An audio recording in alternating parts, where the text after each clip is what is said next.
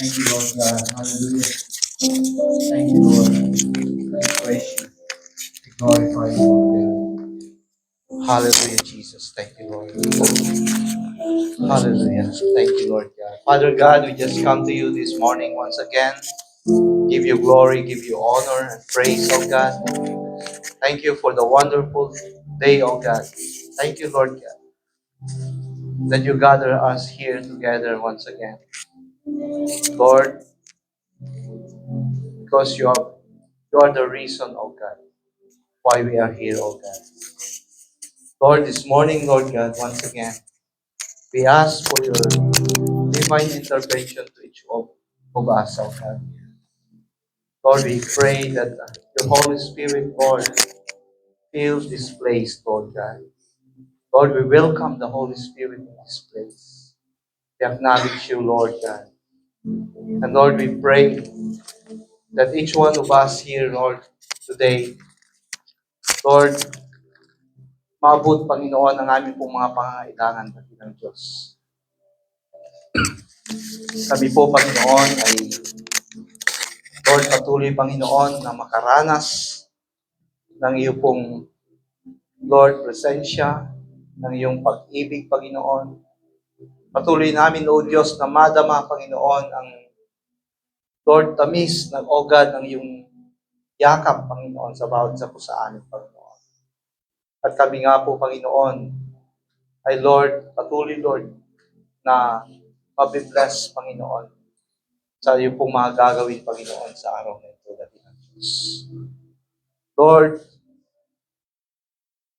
hallelujah, Jesus. We speak for something, Lord God, from you. At Lord God, patuloy nga po namin, Panginoon, na hinihili po, Diyos, na anuman, O God, ang needs ng bawat isa, Panginoon. Lord, ay inyo pong kakaugnayin, Panginoon. Inyo pong ipagkakaloob, Panginoon. Ayon, Panginoon, sa iyong dakilang kalooban na ng Diyos. And God, thank you, Lord, for the message, O God, na na-prepare ngayon pong araw na ito, Panginoon. Lord, sa iyo pong lingkod na gagamitin, Panginoon, Pastor Andy. Lord, we pray, Panginoon, for your double portion of your anointing to flow upon them, O God.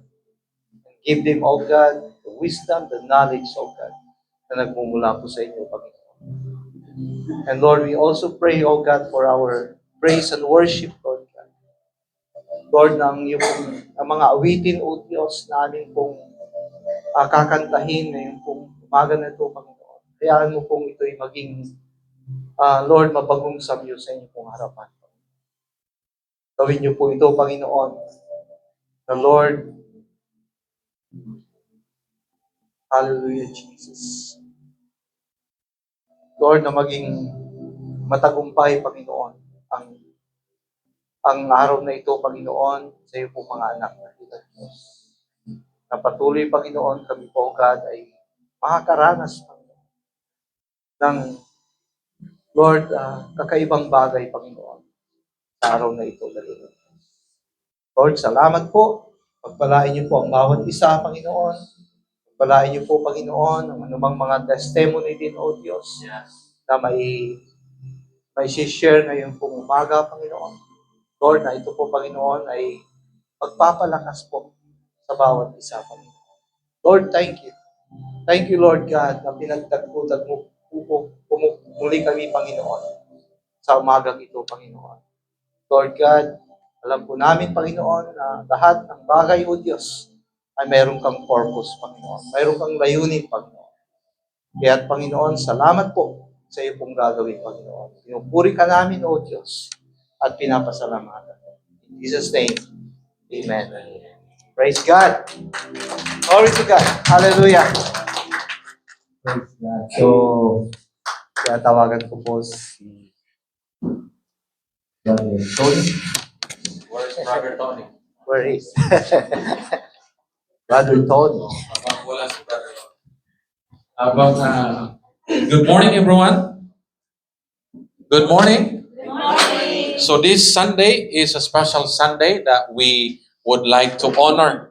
And today, this is also a last Sunday of Nanay Rita and Marita. So we will certainly miss you. And with that note, we would like to call you and pray for you for safe travel to the Philippines, and also with you, Rita, that you will be going from here to the Philippines and Philippines to Florida, right? So we will come on, Nanay, Nanay. You will pray and we will lay hands on you and will anoint oil again. I have an oil here. Can you just get an oil? So for those of you, we experience a supernatural power of the Lord. So Nanay Rita, by the grace of God, living testimony. Amen? Amen. So Nanay, bago ka namin ipanalangin, recorded po tayo doon, Nanay. So, pasalamat sa Panginoon.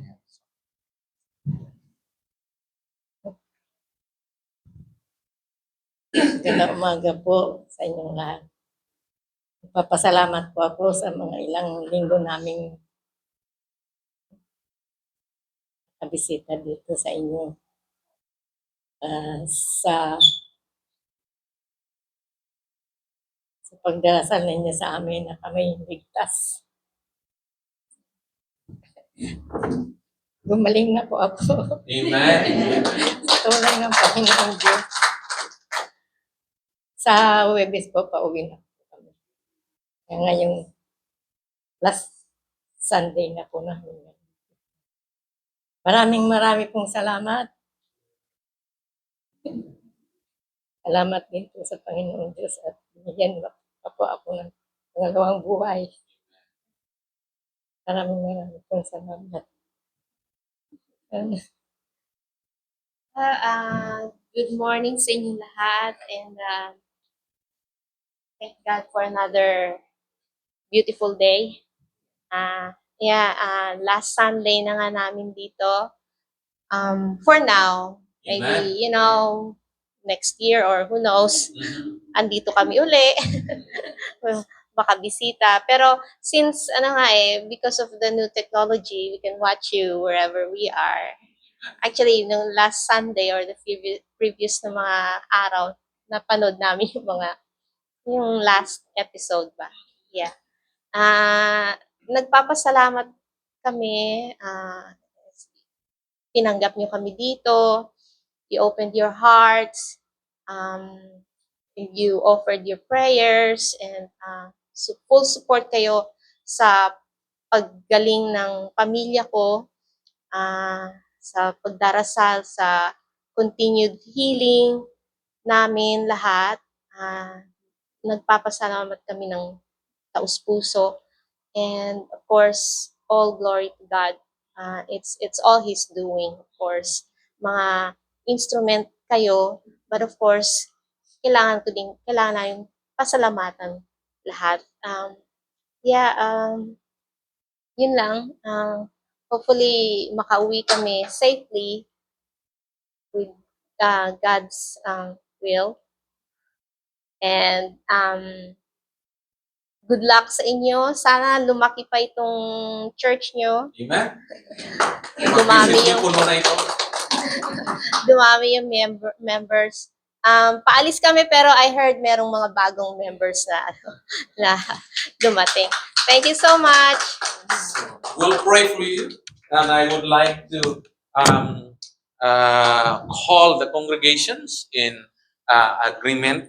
Panalangin natin sila as we send up. So, tumayo po tayong lahat, and we will anoint them with the oil. And this oil is nothing but it's a symbol and representation of the presence of God, especially the Holy Spirit, that you will be anointed in every way you go, fly, going back to the Philippines, and also coming back to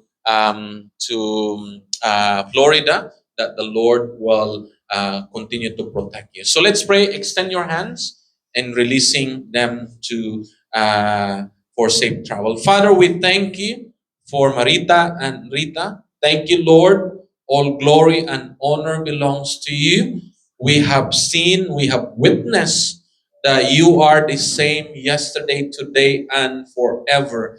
That you manifest your supernatural power in their family, in their personal lives. Thank you for the complete healing and complete restoration. So today, Lord, as the church, as a body, and you are the head, Lord Jesus Christ, in the name of the Lord Jesus Christ, we release the double portion of anointing, Lord, that when they travel to the Philippines, Lord, your protection will be with them, Lord. Protect them, your presence of your Holy Spirit from head to feet. And cover them, Lord, with your precious blood. And let your mighty angel will go before them. And Lord, use them in such a gentle way and powerful way when they share their testimony, how good and powerful you are, Lord, in their life, in their family. So, Lord, bless them. And thank you for the provision. Thank you for Brother Arvin, healing, Lord, for him. And he will recover right now in the name of Jesus.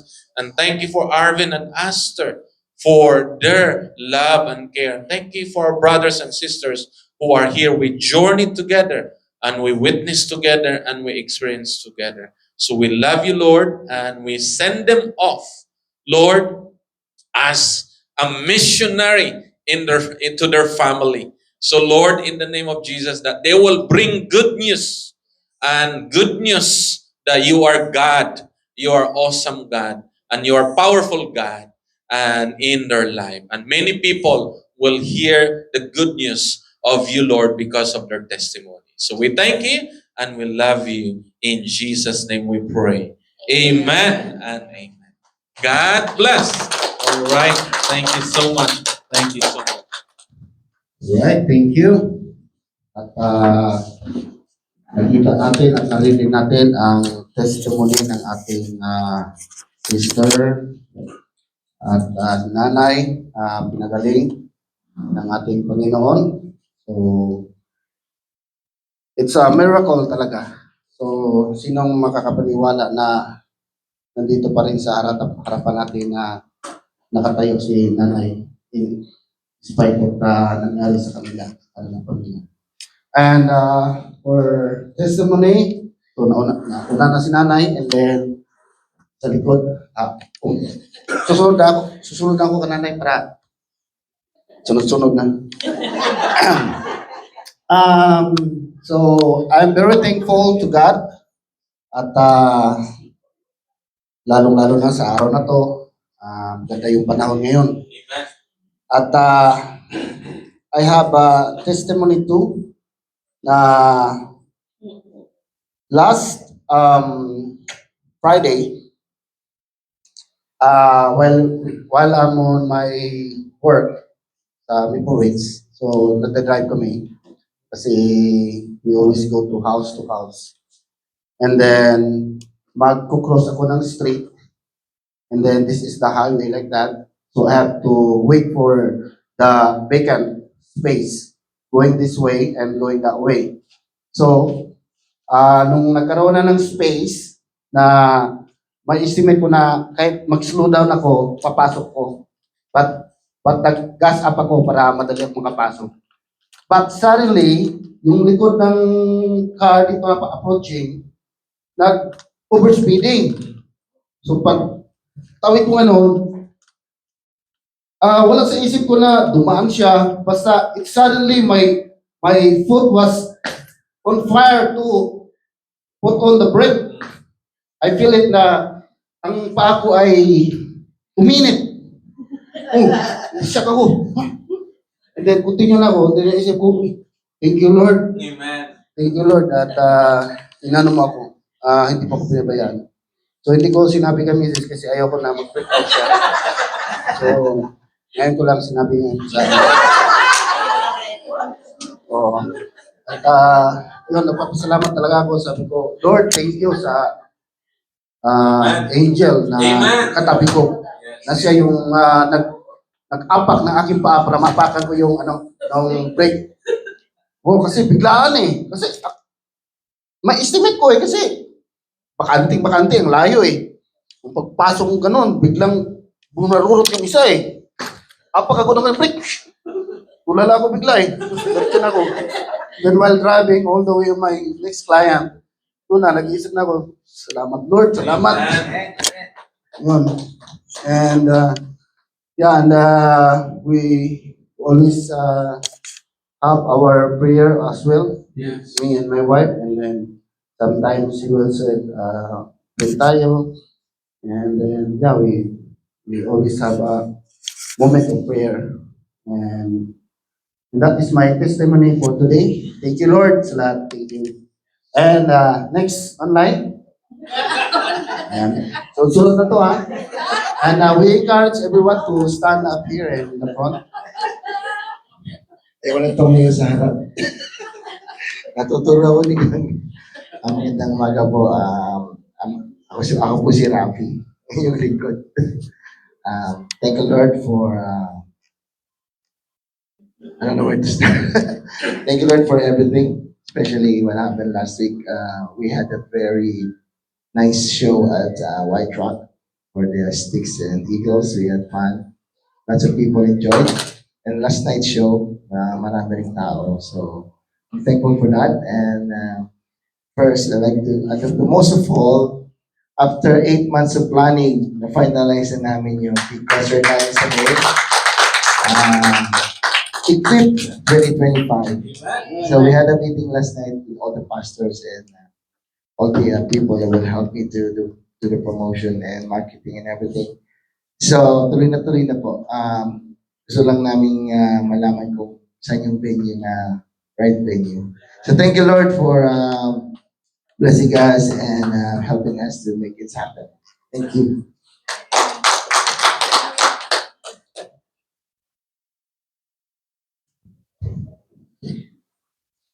Happy Sunday, everyone. Good morning and welcome sa bago nating members. Sana magtuloy-tuloy at para maging happy lalo tayo dito.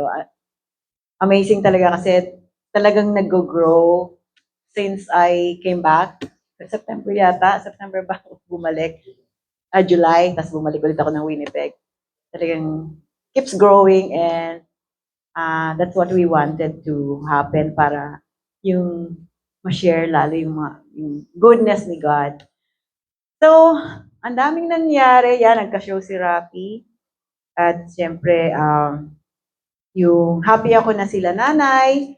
Okay na at ready na sa pag-uwi nila sa Pilipinas. Sa mga hindi nakakalam talagang major accident yung nangyari kala nanay. Nasa news sila talagang major accident na 5 cars ang involved at hindi talagang nung tumakbo kami sa hospital, nung pinuntahan namin si Marita, Sister Marita, it was really I don't know what to say. I felt really, really bad about what happened because it was scary. Dahil si nanay nagkaroon ng sa head, blood clot, ilang days siyang tulog. Tapos yung mga words ng mga doctors medyo hindi magandang marinig na dahil nga major talaga yung nangyari sa kanya. Sa kanila ni Bibi, especially din kay Brother Bimbo sa husband ni si Marita. And si Marita din, thank God, minor lang yung nangyari sa kanya. So yun yung yung power talaga na ni Lord, yung God's words talaga is very strong na talagang pag hiningi mo sa kanya, talagang ibibigay niya. At siguro sa dami talaga na nagdasal, nagpipray para sa kaligtasan nila sister ng family ni Sis Marita. Talagang si God talagang all ears siya. Talagang pagbibigyan niya tayo pag hindi tayo nagsawang nag-aas talaga sa kanya. So yun, happy kami kay nanay. Kahit na 81 years old na siya, nalagpasan niya yung ganong pagsubok, ganong accident. Ang lakas-lakas niya ngayon. Amen. Since nung nakita namin sila sa hospital, talagang slowly, ang bilis eh. Parang ang bilis ng recovery ni nanay. I couldn't believe it, talagang ang bilis. So, yun lang, thank God. So, ako marami rin nangyayari sa buhay ko ngayon na parang, kasi nanonood ako ngayon ng mga more on, dati naman nanonood ako ng, ano ba, yung Passion of the Christ, yung mga about sa mga kay Jesus Christ, the Gospels. Pero ngayon ko mas nananamnam yung meaning. Amen. Meaning talaga. Mas parang God's words is like transforming me into something. Kaya I'm happy at nagagamit ko yun, nasi-share ko rin sa mga anak ko at yun yung nagiging strength ko ngayon. Amin ni Rafi. So sana tuloy-tuloy yung ano ko talaga. Passion. Amen. Gagawin ko ng passion talaga. Yung words ni God. Kasi talagang malaking bagay talaga. Nagagawa sa buhay natin. At yun lang, good health sa lahat. At sana lagi tayong masaya. Kahit na ano bang, no matter what's the circumstances, mga challenges sa buhay natin. Maging matatag lang tayo. And yung faith natin siguro, mas dagdagan pa natin.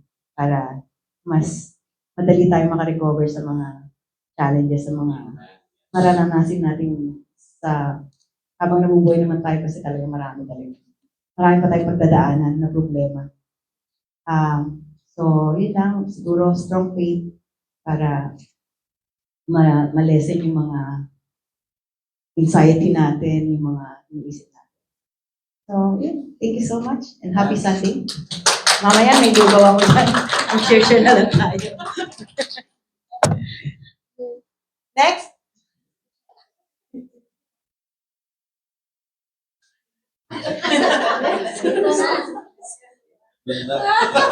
Doon daw.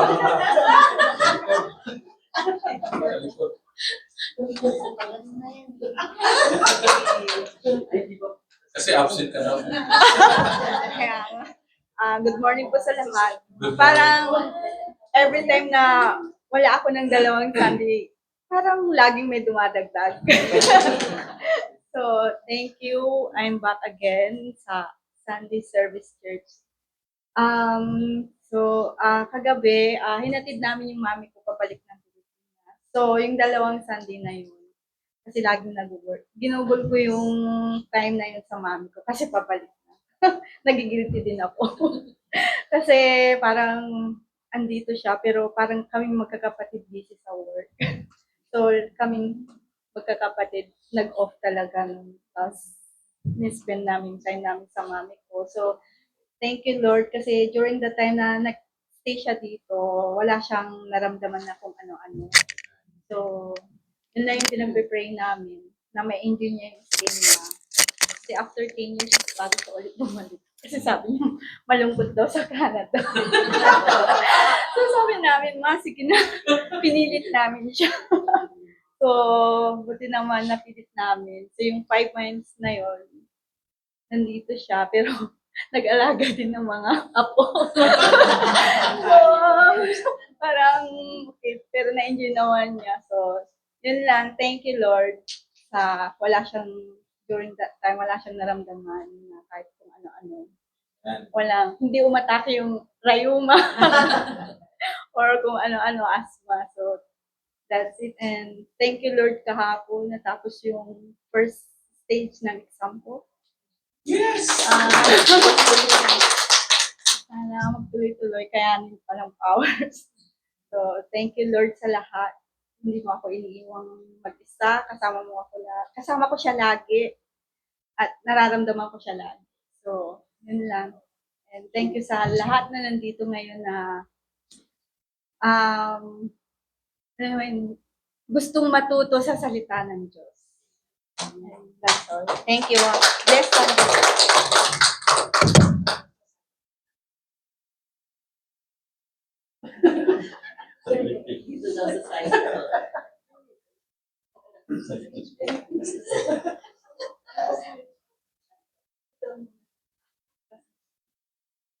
Para may partner, ngayong Sunday doon sa side, next Sunday.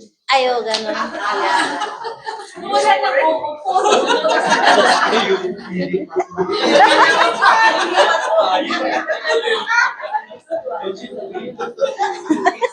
Okay. Pero after kung magsalita, pwede ako magturo dito na para balance. Parang ano, Thank you, Lord. Good morning, everyone. Marami akong dapat ipapasalamat sa Panginoon kasi nga sabi, give thanks in all circumstances. So, yan palang pinapasalamatan ko na yung God na nagbigay ng miracle kina Tia Rita and Marita is the same God na pagpagaling sa pamangkin ko. Higa, kasi na-surgery siya. After surgery, yung nakuhang laman is a biopsy ulit. And that second biopsy, they found out na mayroon siyang cancer. And it's aggressive cancer. Because he's still young, kaya 32 years old yata. So, mayroon siyang, naghisitan siya na ipatanggal yung bladder niya kasi bata pa siya, no? Kaya lang sabi ng doktor is aggressive. Pero siyempre, sabi ko, pag-pray natin kasi God's will be done. And meron siyang, talaga, yung He will reveal Himself in ways na gusto niya talaga. Kumbaga, in that way, magiging closer din yung pamangkin ko sa Panginoon. Hindi naman ako nagpasalamat. No, it's very sad to know. Pero in-encourage ko siya as ang una kong sinabihan si Sis Malu kasi para akong na-shock kasi I've been with that situation 2022, nangyari din sa akin yan. So para akong naano sa pamangkin ko and ay nakalive pala tayo oh yun. Ang sabi niya hindi niya ipaalam sa parents niya at sa mama ko. Ganun siya kasi ayaw niya mag-alala. So, thank you, Lord, kasi panalangin pa din sa akin na blessing sa akin na kung nangyari yun, mga ganyang bagay na wala akong Diyos na nakilala sa sarili ko, I don't know where I am right now. So, praise the Lord na His words will always remind us in times na may mga circumstance na hindi ganun kaganda. Pero ang promise kasi ni Lord sa buhay natin, so, hindi naman siya nangangako na all roses or goodness. Sabi lang niya, I'll be with you in all your trials. Kaya sabi niya, yun ang nahawakan ko ngayon na no matter what, God is with us and God is always there for us. Thank you.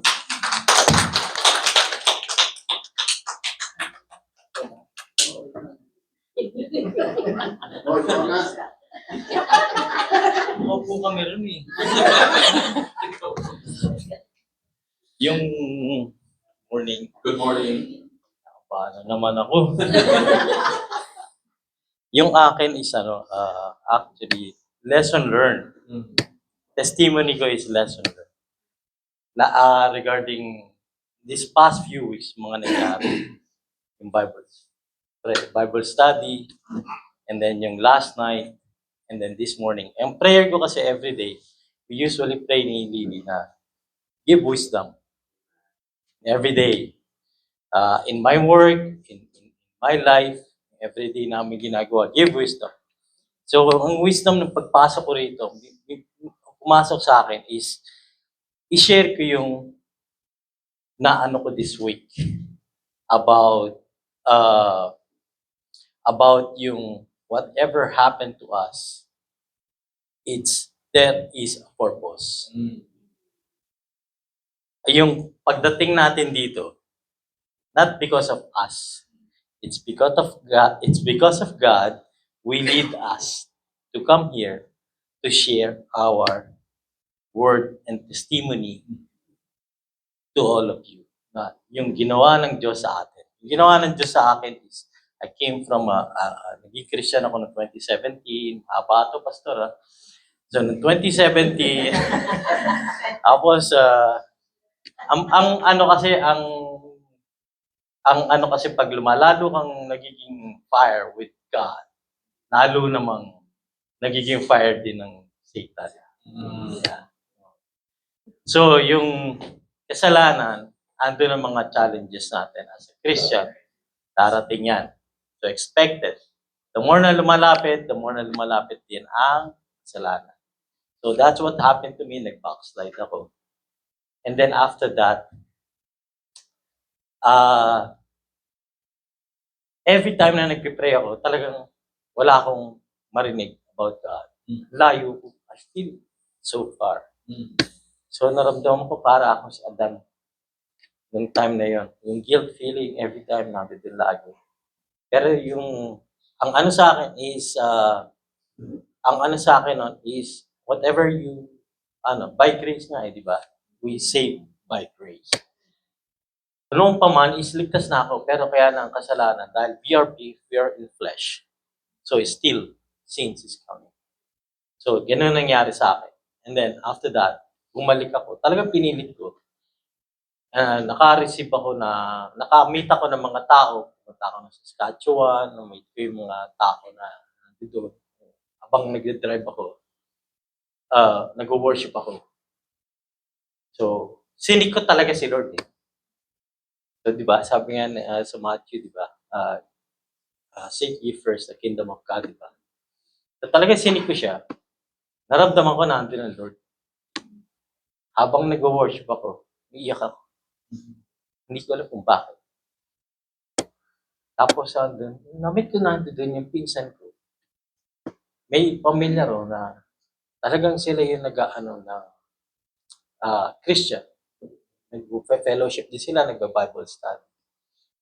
Na-meet ko sila ro. Tapos, lumipat ako rito. Naramdaman ko, nakapag-fellowship ako sa kanila. Pagdating ko rito, sa Abbotsford, lumipat ako. Andito din sila. And then, na-meet ko sila, doon na nag-start ang journey ko ulit with God. So yung purpose di ba? Nando doon. Tapos kagabi, na-meet ko ulit sila kagabi. Sabi nila sa akin, bakit hindi ka na ma-attend? Balik ka ulit sa amin. Yan ang ginasabi niya sa akin. Attend ka ulit. Sabi ko kasi meron na akong ina-attendan. Sabi niya, kung nag-grow ka dyan, that's okay. Sabi niya. Walang problema, pero pag andito lang kami. So, kagabi, niisip ko yun. Sabi ko, bakit nga ba ganun nangyayari sa akin? Lumilipat ako. So, may purpose si God. Kasi bawat isa sa atin, may mga talent, may mga tayo. Merong binigay sa atin ng Panginoon. Kaya nandito rin tayo kasi we need to magsama-sama for Him. Pinagsama-sama tayo for Him. More prayers, more power. Amen. Right? Just like whatever happened to Nanay Rita. Kasi in every problem, in every hour, obstacles in our life, yung mga pagkakataon na dumarating na hindi maganda, there is a reason. Bakit nga ba? Pag may problema, bakit nga ba? Pero yung iba, ang gagaan-gaan ng buhay, pero tayo ang hirap-hirap, lalo na mga Kristiyano. Diba? Kasi merong hinahanda ang Panginoon para sa darating na bagyo, na lalo tayong pinatitibay at lalo tayong pinalalakas. So, sama-sama tayo rito. Ito, natagtagan ulit, napakasaya. Dati na dumating kami rito, ilan lang. Diba? Ang daming upuan. Pero, andyan, di ba? Si Lord ang nagdadala rito. Kami, dumating kami from Vancouver pa, pero dinala kami rito ni Lord. So, kaya kami nandito, isi-share ko rin yung blessing ko. Kaya yung testimony ko, share ko sa inyo. Whatever you are here, there is a purpose. And whatever obstacles in your life, because there is something, preparation for your life. And that is God will make a way.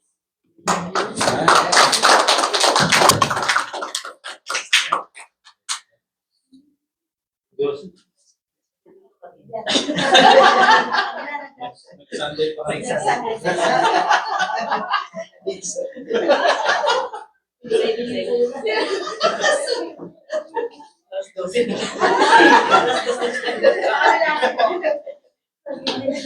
Next week na daw. Alas 12 na tayo matapos. So with this, it's my privilege to introduce it to you. We will pray for you, our visitor. The best thing that we can give to our visitor, kayo din naging visitor dito, is to pray for you. So come on here, the family of Jay and Vanessa and Mika and also Michael and Elle. So we will pray for you. These are new friends. To make the long story short, God's really crosspath. Nung palipat pa lang ako, na-meet ko si, Jay at saka si Vanessa, magkatabi kami sa airplane. Galing sila ng Winnipeg, international student. Kaya lang, they moved to Vancouver, mismo Vancouver, kasi estudyante si Bang. Doon kami nagkakakilala sa airport, and that connections nung pabalik-balik pa lang ako. So God really has a purpose, di ba? So God connected us, and now they are here. How many years ago? 5, 4 years, I think. 2 years? No, 3 years. 3 years, yeah. So can we pray for them? And then after that, I will call Sister Beth for the tithes and offering. So let's pray for them, and the Lord knows their heart, and we'll pray that the presence of the Holy Spirit will be with them. So, Father, we thank you for bringing Jay and Bang and Mika. Thank you for their family. Thank you, Lord, for your favor, that along the way you have given them the privilege, Lord, a journey as an international student. They Vanessa finished, Lord, the study, and now they are permanent resident. Lord, we give all glory and honor to you, Lord. Thank you for all the blessing. Thank you, Lord, for the favor. And Lord, thank you for Michael and Elle for bringing them together as a friend, Lord, co-worker, and Lord, thank you as a family friend. Thank you for bringing Michael and Elle. Lord, you have purpose, as we have heard the testimony to each one of us, that you have brought us together, you brought them here, and we ask your Holy Spirit that you will continue to speak to them and guide them, and we release blessing on them. So Lord, we pray that your anointing will be with them. So I just want to bless you, and then just repeat after me this prayer. It's a very simple prayer, and a prayer of commitment to the Lord, just for your family. And this is a giving thanks to the Lord. So just say it, Lord Jesus, today we praise you. We give you all the glory and honor for all the favor in my life. Thank you, Lord. We confess you are the Son of God. Jesus Christ is Lord and personal Savior of my life. We thank you for the cross, that you died on the cross for the forgiveness of our sins. I am forgiven. I am redeemed. I am washed and cleansed by the blood of Jesus. I renounce all of my sins from past, present, and future. I receive your total forgiveness. I receive the power of the Holy Spirit. Beginning today, I am a new creation in Christ. In Jesus' name, all glory and honor. I am a child of God. I am protected. I am covered by the blood. In Jesus' name. Amen. Amen. Wow. Thank you, Mika. Wow. You pray loud. Thank you. God bless you. Do you want to say something? Something? Oh, Jay, Speaker of the House. You may now be seated. Everyone, good morning. Bianco. Huwag mo daw iwanan. Ma'am, huwag mo daw iwanan. Yeah, I just want to say thank you for the warm welcome. It's our first time here, so thank you, Gayos Tanan. Yeah, thank you. Michael. I'm not prepared in this, but I got notes here. Good morning, everyone. Good morning. I want to start by saying thank you. Thank you, Pastor Andy, for inviting us and to share a testimony here today. My fiance, Alona, and I are getting married this July 31st. Oh, wow. And we're grateful to the opportunity to receive a guidance of our marriage and counseling for you from us, for our pastor. As I want to share this as I reflect on my life. I'm reminded of God's goodness and faithfulness in each everyone, especially in my work because I'm a construction worker. I've experienced numerous blessings and challenges. There have been times when we've faced unexpected delays, equipment failures, or difficult clients. But through it all, I've learned to trust God, sovereignty, and provision. One of the biggest lessons I've learned is that with Jesus in my life, I can overcome any obstacle, whether it's difficult project or personal challenge. I know that God is always with me, always with us, guiding and empowering me. I'm grateful Alona has been constant source of support and encouragement to our life.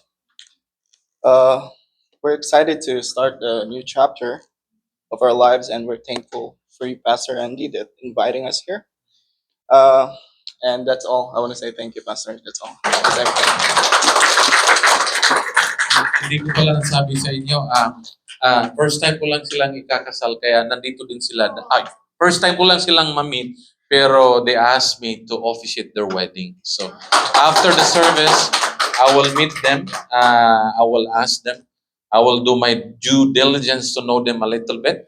So, so that's why they are also here. So, this is so meaningful also to me. So, we thank God for that testimony, Michael, and it's my privilege and honor to be your part of your journey as a couple, and been married for 20 years last month, December 17. We celebrated our 20 years of marriage life. So, and that's so all glory and honor to the Lord. So, uh, that's a surprise. So we thank God for that. So can sister Beth, can you pray for the and then after that with the praise and worship. So can you lead us into the tithes and offering? Come on.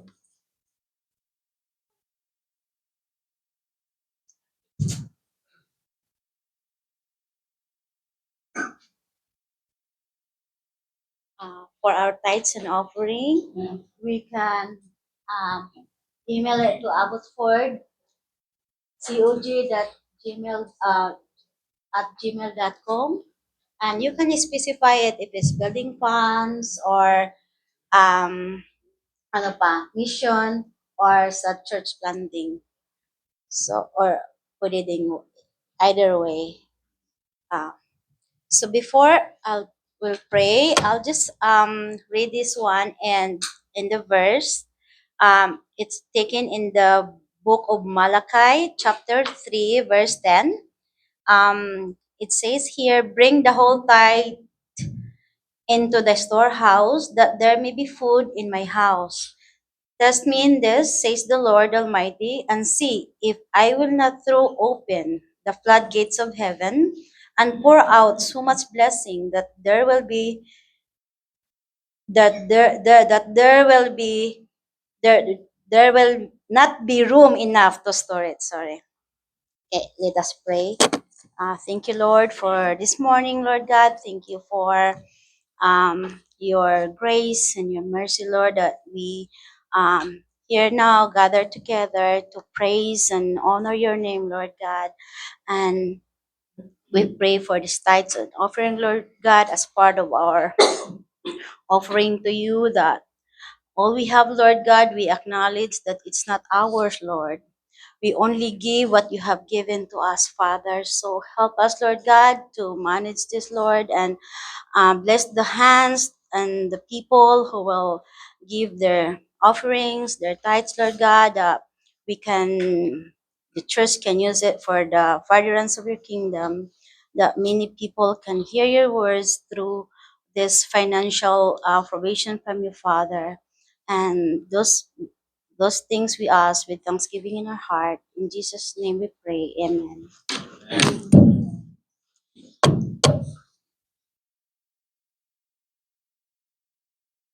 We pray, Father God, for each one of us, that the Holy Spirit will speak to us today. And the mighty angel, Lord, we ask to go before us, to protect us from any harm, from any works of the unseen enemy that we don't see it in our eyes. So we thank you, Lord, that we declare your word in Psalm 91:11, that you will command your angel to guard us wherever we go, and nothing will harm us. So thank you that we are protected, and thank you that yours is the kingdom and all of the powers belongs to you. So glory to God in the highest heaven. Lord, thank you for each one of us. Thank you for each family and those who are watching with us online, our friends. Thank you, Lord, that we are interconnected with this new technology, the platform. So thank you that you will bless those who are with us, joining with us online. And those watching later, Lord, bless them and guide them. We give you all the glory and honor. And Lord, we pray for our upcoming anniversary, this coming April. We pray for the plan and preparations. Thank you, Lord. And we pray for the praise and worship concert led by Brother Rapi. Thank you, Lord, for the theme Equip 2025. Sing, sing, sing, and equipping the next gen. So thank you for that vision that you have given to him and to this church and to the other churches that will be joining and participating. Lord, thank you for the leaders of this church. Lord, I thank you for Brother Rohel, and Sister Josie, and my wife, and Sister Ligaya, and all of the members that, Lord, they are committed and dedicated to give their financial offering, tithes and offering. And thank you, Lord, that we are able to make good steward, and we are able to give glory and honor to you. Lord, in this season of giving a tax donation receipts, thank you for our government that give us, and thank you for the people that doing this, Father God, that we can give the donations receipt this week and for the next week. So we give you all the glory and honor. In Jesus' name we pray. Amen and amen. You may now be seated. And thank you so much for your presence. Can I get that hand? Thank you. So today, before I will preach the message, I just want to thank the Lord for the leadership of our treasurer, Sister Josie. Sister Josie and my wife, they are busy of tallying all of the finances that you are giving. So hopefully next week we will give you the tax donation receipts. All right, it's already done. It will be just signing by Sister Josie. So verified that all of your donations are accounted for. And praise God, just to give glory and honor to God, we registered the church to CRA only for 2 days. Only for 2 days, okay? Only for 2 days. Amen. I thought we will not be able to give the tax donation receipts this last year, but the Lord give us the favor, and we are able to account all of your giving and give it to you all, everything. Amen. Amen. Can we give a clap offering to the Lord? And thank you. And in behalf of again sa church, salamat. Salamat sa inyong faithfulness. And now, it is our joy to give back what you have given to the Lord. Amen? So, and that's been your generosity. Tayo ay unti-unti nating nakikita yung ginawa ng Panginoon. Amen? Amen. So our theme for this year again continues. Last year is Equip 2025. God has equipped you and equipped us so that we can come together and be used for the glory of our Lord Jesus Christ. Amen? Amen. Just echo with what Brother Arnel and also Brother Rapi. And this concert, Equip, equip, sing, sing, sing, and then equipping the next gen with so many instruments that Brother Rapi will be. And then that's a challenge to the younger generations to be used for the glory of God. Amen? Amen? Amen. So, are you hungry? Hungry for the Word of God. Amen. Amen. So, can we read all together our theme? We know this, so can we read? So, Christ Himself gave the apostles, the prophets, the evangelists, the pastor, and teacher to equip His people for works of service so that the body of Christ may be built up until we all reach unity in the faith and in the knowledge of the Son of God and become mature, attaining to the whole measure of the fullness of Christ. So my purpose, our purpose as a leader here is to equip the body of Christ. Amen? Amen. So today, I would like to share the title, The Biblical Mandate of Man. Man is a generic term, is not referring to men. Man is human being. Okay?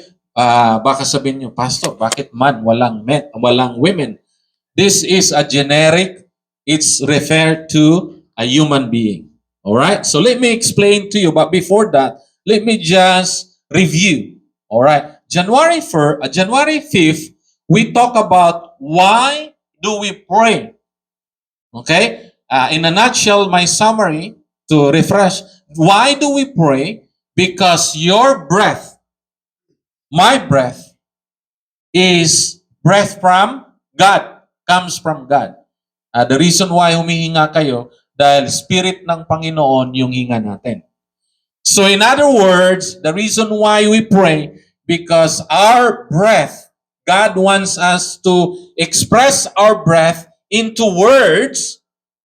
So habang I'm breathing, I'm speaking. Right? So when we are speaking into or expressing into words, you are putting your breath, our breath, into words, express into words. So the reason why we pray, why do we pray? Because we express our breath into words. And when we express our words, our breath into words, we call that praise. That's why the book of Psalms says, let everything has breath, praise the Lord. So in other words, yung hinga nyo, sabayan nyo ng salita at yung pag nagsalita ka, papuri sa Panginoon. Kaya sabihin mo, thank you, Lord. Thank you. That's a breath actually. Sabihin mo, thank you, Lord. Thank you. So that's the reason why we pray. Because we have a breath. Kung wala na tayong breath, hindi na tayo makapag-pray, di ba? Di ba? Make sense? Amen. And then last Sunday, Brother Rohel talked about Jeremiah's letter of encouragement. It was a good sermon. I was listening last night again, Brother Rohel. Thank you. Yeah, amen? I was listening on the Facebook again last night. Kaya purihin ang Panginoon, Brother Rohel. Amen. Brother Rohel, I will announce, Brother Rohel will be our speaker, anniversary speaker. Amen? Amen. Confirm na Brother Well ngayon. Amen. Oh, praise the Lord. Equipped na, di ba? So we thank the Lord. For today, I would like to encourage you the biblical mandate of man. So this is a continuation also with what I shared last 2 Sundays ago. So this passage is very famous. So this is the passage in Genesis chapter 1 verse 26 to 22. I use the New Living Translation, and then also Genesis chapter 2 verse 7. This is I want you to imagine that we have two camera here. All right, two camera. So Genesis 1 verses 26 to 27, it's another one camera angle, okay? And Genesis chapter 2, 7 is the another camera angle. But it's the same. All right? Same. We are the same. Same account. You got it? Amen? So can we observe and read? So in verse 26 said, Then God said, Let us make man, human being, in our image, to be like us. They will reign over the fish in the sea, the birds in the sky, the livestock, all the wild animals on the earth, and the small animal that scurry along the ground. So God created human being in his own image. In the image of God, he created them. Male and female, he created them. All right? So, when God said, let us make man, human being, in our image, the image of God is in us. Yeah? The image of God is in us. All right? And we are created in the image and likeness of God. So, another account, so if you observe, God in Genesis 1, He was just created God by speaking. Nakita nyo? In chapter 2 verse 7, God created with somehow. Can we read chapter 2? Can we read? Then Lord God formed man from the dust of the ground. He breathed the breath of life into his nostril, and the man became living person. So God is kasama siya. Inayos. Kasi kung i-imagine mo, ang Panginoon ay kumuha ng lupa, di ba? Pero dito, nagsalita lang siya. So God is powerful in His Word. God also has a power in His hands. So that's why when we read Psalms, we said, the mighty hand of God. We read the prophets, mighty hands of God. Because we are created by the Word of God and by the hands of God. Special. That's why we call it double portion of anointing. Amen? Amen. So you see, God is present in your life. Even though you say you feel, I'm distant with God, Brother Arna. But God is with you. God is in us. God is with us, right? Amen. So that's the account in Genesis 1 and Genesis 2. So here, so when we read, so God created in 2:7, but we will go back 2 verses before 7. Observe. So the account said, now no shrub had yet appeared on the earth, and no plant had yet sprung up, for the Lord God has not sent rain on the earth, and there was no one or man to work the ground. So imagine Genesis 2:7, that's the only time that God formed the man. But before that 5, hindi muna pinaulan ng Panginoon kasi wala pang magti-take care sa kanyang creation. Amen? So ano implication yan? Later. So sabi dito, neither wild plants nor grains, shrub, wala pang tumubo.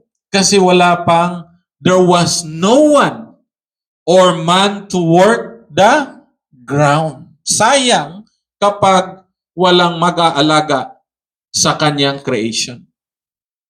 Alright? Nakita nyo? Kaya nilikha ng Panginoon ang tao para merong mag-alaga sa. So the biblical mandate of man is this 2:7 again. The Lord God formed the man from the dust of the ground and breathed into his nostril the breath of life, and the man became a living being. The Hebrew word for man is Adam. That's why the first Adam, the Hebrew word of man is Adam, sounds like and may be related to the Hebrew for ground, Adama. Kaya meron tayong salitang Tagalog, dama. Dama. Di ba? Damdam ko. Nagdaramdam siya. You feel it. Kaya tayo, nakakaramdam tayo. Kasi ito yun. Galing tayo dito. Amen? Nararamdaman mo ba? Nararamdaman nyo ba? Dama. Adama. Amen? It is also the name of Adam. Kaya ang tao, connected talaga yan, originally. Ang tao lang ayaw mag-connect kasi walang wifi or walang bluetooth or walang signal. Bakit? Pinuputol. Ayaw ko. Putol. Ay, walang dama. Di ba? Hindi mo nararamdaman. Manhid. Di ba? Pero originally, dugtong talaga yan. Ay sinong nagputol? Tayo ang nagputol. Pero ang Diyos, gusto ng Diyos, the original intention of God is we are connected. We are interconnected. But we decided, because of our own decision, to cut off the connections. Amen? You got it, the practical implication of the biblical mandate of man, the original intention of the man, human being. We are connected. We are interconnected. But in some way along the way, we decided to go our own ways. Amen? That's why, fast forward, God sent His Son, Jesus Christ, so that we can be redeemed. All right? So this is the intention. Next, Genesis 2:20. So the man, so we read 2:5 to 7. Now we are in 2:20. All right, follow. So the man gave names to all livestock. Who named the names of the livestock? The man. So whatever the man names, the birds in the sky and all the wild animals. But for Adam, no suitable helper was found. So he was naming. So in other words, the first human being was so busy naming, managing the entire creation. But no helper was found. So the main purpose of man is management. Let me repeat. The main purpose of human being is management. All right? Management. Management is both responsibility and accountability. That's our purpose. Human being, we need to manage our self-management. Diba? Self-management and accountable. So, sabi ng Panginoon, binigyan kita ng buhay, maging i-manage mo yung buhay mo, at accountable ka sa akin. Diba? Anong nangyari? Nung may buhay tayo, sabi natin, buhay ko to eh. Buhay ko to eh. Ano pakialam mo? Di ba? Sa work ko, as a chaplain, pag nandun na sa yung malapit na pumirma si Lord, masasabi mo ba, buhay ko to? Hindi. Sasabihin nila, my life belongs to God. Di ba? Pero pag malakas pa tayo, buhay ko to eh. Ano pakialam mo? Di ba? So, God give us our purpose. The biblical mandate of human being is Management. Say it with me. Management. Oh, management. All right? Management. I-manage natin yung sarili natin. Okay? Oh, so management is both responsibility, responsible tayo sa sarili natin, and we are accountable to God. Amen? Amen. Nakuha? Amen. So the biblical mandate of man, the main purpose of man is management. Kaya man siya, management. Man, age, may age pa. Tapos men. Oh, bahala na kayo dyan mag-interpret. So, management. Okay? Management. God's design is to create one man, that is man or Adam, to manage the entire creation.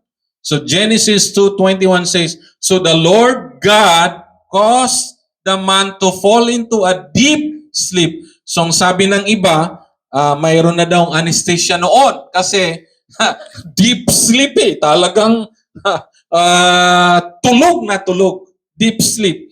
And while he was sleeping, he took one of the man's ribs and closed up the place with flesh. So then the Lord God made a woman from the rib he had taken out of the man, and he brought her to the man. And then rib means part. Part, di ba? Part ng body. So that's why the root word of rib or part is partner. Kaya yung wife ko, she is my partner. If you have a wife or if you have a husband, yung wife mo or husband mo, partner niyo. Hindi man literally that my wife comes by my rib, but originally, she is my partner. Amen? Amen. So if you don't have a partner, wala pa. Di ba? Wala pa. Pero pag may ibigay ang Panginoon sa iyo, partner yan. Amen? Partnership. Amen. So walang lamangan kasi partnership. Amen? So practical application kasi nga nagugutom na kayo. So we learn that God's design is to create one man, which is Adam, and from the ground Adama, and out of that one man, God created another man, which is called woman. Woman. From the rib. So partner. So imagine, think. So God created one man, and out of one man, He created another man, which is called woman, and the rest multiply. Hindi na nag-create si God ng another man, ba isa lang ang kinilikha niya, and then we are multiply. Kaya hindi ko alam kung saan. Lahi tayo ni Adam talaga. Pero hindi ko alam kung saang lineage tayo. Kaya we are brothers and sister in the Lord. Yun ang ibig sabihin. We are brothers and sisters in the Lord. Kaya tinatawag tayong brothers and sisters in the Lord. Amen? Because in one man, God created one man and He created another man out of one man, that's woman, and then the rest multiply na. So from now on, I believe we are 8.1 billion people around the world out of one man. Only one man. Amen? So it says here, man and woman instituted by God called marriage to form a company of managers. So the biblical mandate of man is management. So the institution of marriage called the company of managers. So both are managers. Man and woman both becomes managers and leaders. Walang lamangan. Parehas tayo. Managers and leaders. So in real life cycle, the implication today, if you are single, you are both leader and manager. Okay, if you are single, you are manager, you are leader or manager. You self-manage, di ba? Amen? In cycle, di ba? Amen? You got it? So before, if you were single before, you are responsible for yourself. You manage yourself. You lead yourself. No one is telling you, except probably your parents, right? But you are responsible for yourself. You are accountable to God. Amen? And that's the reality. Amen? And then if you are married, okay, if you are married, no, reality, I'm talking now reality. If you are married, there will be a season in life that the man, the husband, is the leader and the woman is the manager. So, nakarelate si Sister Mary. Nakarelate siya. There will be a season, okay? There will be a season in life that the man is the leader. Let's go there. And then, ikaw naman, woman, ikaw ang nagmamanage, follow ka sa leader. And there will be a season vice versa that the woman will be the leader and the man will be the manager and you follow the leader. Sabi ng leader, magbakasyon tayo. Sabi ng manager, teka, kakalculate ko muna. Di ba? Di ba? Naintindihan nyo ba naintindihan nyo yung practicality ng biblical ano bang tawag? Biblical mandate of man. Ganon dapat. Ngayon nyo lang naintindihan. How many years na kayong may asawa or doon sa mga hindi pa nag-asawa, dapat maintindihan nyo to. Kasi in season, di ba ganito practical in season, nung nag-asawa, si man ang leader. Si woman ang manager. Nagkabaliktad. Si woman na ang leader ngayon. Si man ngayon ang manager. Away. Fight. Shh. Kaya merong separation. Merong, di ba nakuha nyo? Amen? Say it, I got it. Ayun, you got it. That's why the Bible is very practical. When I understand this, it's give me wisdom. It's give me revelation. Kaya wala akong problema kay Mrs. Di ba? Kung siya ang maglilid, okay. Siya ang maglilid. Kung ako maglilid, okay. Di ba? Walang problema kahit saan mo ako ilagay. Di ba? Season yun eh. You know the season. So, practical. Okay, practical in my life as a chaplain. So, ito, here. In real life cycle, in my work observation, vice versa, when the husband is sick, the wife is taking the lead. When the wife is sick, the husband is taking the lead. That's a season. Alangan man, yung wife mo pa rin na maglilid, hindi na nga kaya. Di ba? Alangan man si husband pa rin na maglilid, hindi na kaya. Di ba?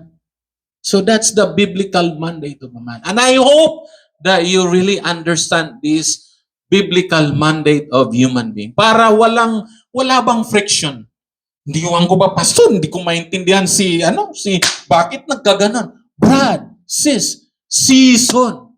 Ano bang season ng buhay nyo? Amen? Amen? Amen. You know the season. If winter, you wear a jacket. You don't go winter with a two-piece. Di ba? Mapaprosen ka. Di ba? So season in life, you need to know the season in life so that there will be no friction in your family. My season, practical season. My season, I have a teenager. Oh, my daughter will say, Dad, can you drive me to meet my friends? When I don't know the season, I will say, ano ba tong buhay na to? Driver na lang ako. Di ba? Driver na lang ako. But I know the season. This is my season. To support my daughter na pupunta doon sa mall, magmo-mall daw sila. Doon ako sa food court. Ay, wala naman akong magagawa doon. Di nag-Facebook na lang ako. Diba? Season. Kaysa naman, magiging alburutoy ka. Ganon ka. Pag hindi mo alam yung season ng buhay mo, talagang mawawala ka, mawiwindang ka sa isip mo. You complain. But when you know the season in your life, you give thanks to the Lord. That's why the Lord said, give thanks in every circumstance, in every season. Amen? You got it? I hope you got it. So that wala nang problema at ang trabaho ng pastor ay wala nang easy ang trabaho ng pastor. Pastor, I have a new season. Kasi pag hindi alam yung season, pupunta sa pastor. Pastor, bakit ganito si Bakit ganon si Happy? Brad, hindi ka yata nakinig sa sermon ko. Buti na lang naka-record sa YouTube. Panoorin nyo na lang to eh. Amen? Amen. So praise God. So the biblical mandate of a man is to manage and lead what God has entrusted to you. Brother, our brothers and sisters, I will close this. Look and reflect right now. What do you have right now? Amen. Matatapos na tayo, Brother Rapi. Okay, so this is my closing. What do you have right now? What do you have in life? God has given you. What do I have? God has given you, entrusted to you. So God wants you to manage and lead. God wants you to lead and manage. Amen? Amen. So, Sister Josie, season ka lang na ikaw yung kaya tawa Sister Josie. So, God has given you this season, in your life to manage and lead or to lead and manage. Amen? Amen? Can we all stand and we'll sing what's the last song, anak? The blessing. So let's sing the blessing. Amen. That in our season of our life, we have to be responsible and accountable to the Lord as we are leading and managing our family, our life. So let's pray together. Father, we thank you for your word today that you have given us and reminded us that the original purpose that you have created us and you have given us life and that you have given us and entrusted us with family, with friends, with church and loved ones is to manage and lead or to lead and manage and to know the season that you have given us. Help us by the power of your Holy Spirit to give us wisdom in every season of our life. So that, Lord, we can do what you want us to do. You can see what you want us to see so that we can experience what we can experience. May the grace of our Lord Jesus Christ and the love of God, our Father, and the sweet fellowship and the communion and the guidance of the Holy Spirit will be with us now and forever. Amen and amen. God bless you and thank you for the food that we are about to fellowship. Thank you. God bless you.